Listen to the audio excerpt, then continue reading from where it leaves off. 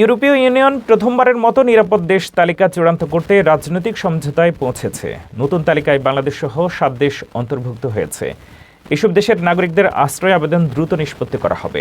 তবে পরিস্থিতি বদলালে তালিকা স্থগিত বা সংশোধনের ক্ষমতা রাখবে ইউরোপীয় কমিশন। ইউরোপীয় ইউনিয়ন প্রথমবারের মতো নিরাপদ দেশসমূহের তালিকা তৈরি করেছে, যাতে আশ্রয় প্রার্থীদের আবেদন প্রক্রিয়া দ্রুততর করা যায়। এই তালিকায় স্থান পেয়েছে বাংলাদেশ, কলম্বিয়া, মিশর, কসোভো, ভারত, মরক্কো ও টিউনিশিয়া। এই তালিকাভুক্ত দেশগুলোর নাগরিকদের আশ্রয় আবেদন দ্রুত গতিতে নিষ্পত্তি করা হবে। তবে আবেদনকারীদেরই প্রমাণ করতে হবে কেন তাদের ক্ষেত্রে নিরাপদ দেশ বিধান প্রযোজ্য নয়। ইউরোপীয় কমিশনের প্রস্তাব অনুযায়ী এই সিদ্ধান্ত নেওয়া হয়েছে আশ্রয় প্রক্রিয়া দ্রুত করা এবং জাতীয় ব্যবস্থার ওপর চাপ কমানোর লক্ষ্যে।